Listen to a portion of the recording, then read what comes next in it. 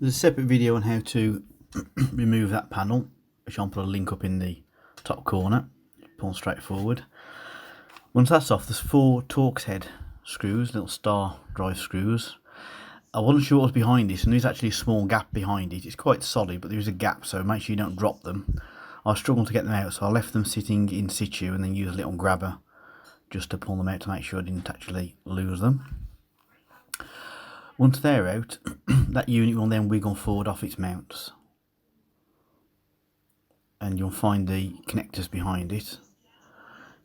Goes that way easier. The actual little buttons, the little sort of item you need to press it on the top of those connectors. So I'll roll it around so you can see them on the camera, but it's probably best just to do it in the easiest way rather than stress the cables out like I did. So there's a little button on the top there, a little release clip you press and they pop out. I'm surprised how easily all this came apart, considering it's obviously not been off the car in 13 years. So let's go and put that on the bench. You can see here from the back, I've taken 1 bulb out on the right. There's only 3 bulbs that are actually replaceable. If you want to clean this one, you've got it off, you can actually take that plastic screen off the front, little clips along the top, and they pop off. They seem to pop off quite easily. Again, I'd be careful. It is 13 to 17 years old, so it could be brittle, but mine seemed okay. But you can take that off and clean it. Then on the back, there's just 3 bulbs that can be replaced. It's easier to take them off if you take that back cover off. I'll take it off in a minute just to show you something else. But initially you can get them out just by using a pair of pliers. Just be careful if you're using a pair of pliers that you don't scratch the circuit board or do any damage to it. It might be easy just to take that back rear plastic cover off, and then you can do it with your fingers without worrying about it. Now they light up just 3 bulbs on the front. All the other bulbs, I believe, are soldered onto the circuit board, and so you can't do anything about that. So let's take these out. There's 2 on what is on the right hand side when you look at it from the front, the left hand from behind. And you can't quite see now. I'll go and grab a torch so you can see easier. So one is the indicator, one is the headlight, like the main beam. You can see there. So those are the only 3 that are replaced. There's the indicator to turn right, the headlight main beam, and then the other bulb will also be the indicator to turn left. Those are the ones most likely to go because they're the ones I use most often. Nip that out just to show you. So indicator turn left, indicator turn right, and main beam. This is a right hand drive model. I don't know if the console's mirrored for the left hand drives or not, or if it's identical. The light bulb itself has got marks on the back of it, a Toshiba V2. It comes with this plastic moulding on it. You can't pull the bulb out of that. So, but if you search online, there's plenty of people selling those or equivalents of them. And they obviously just push back in. Doesn't really matter which way around they go.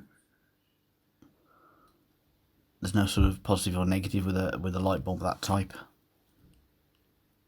So put them all back in.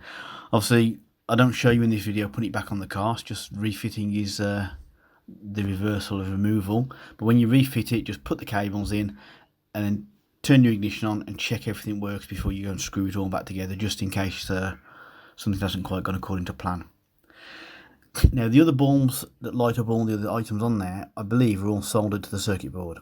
So they're going to be little miniature LEDs that like solder onto the board, which will be fitted in the factory.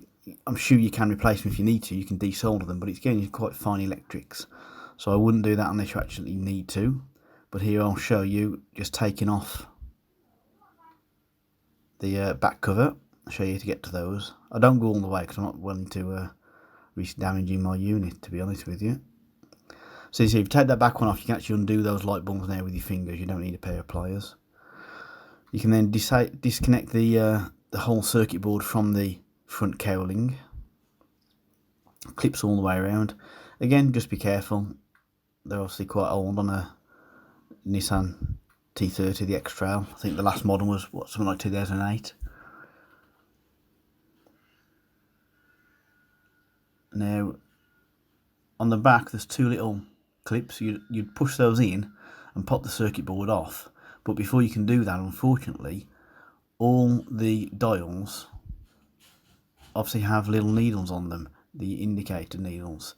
They are connected to that back board. You can see there I'm popping the back board apart and you can see the dial moving. So you'd have to actually pop those off. I haven't done that, but I would assume that they just pop straight forward, just pull straight forward. But obviously when you put them back on, you need to make sure they go back on exactly the same way. And then once you've got those off, you'll be able to get inside to the little tiny LEDs that solder to the board. I don't know if they'd ever go, to be honest with you. Little LEDs like that should last the lifetime of the car.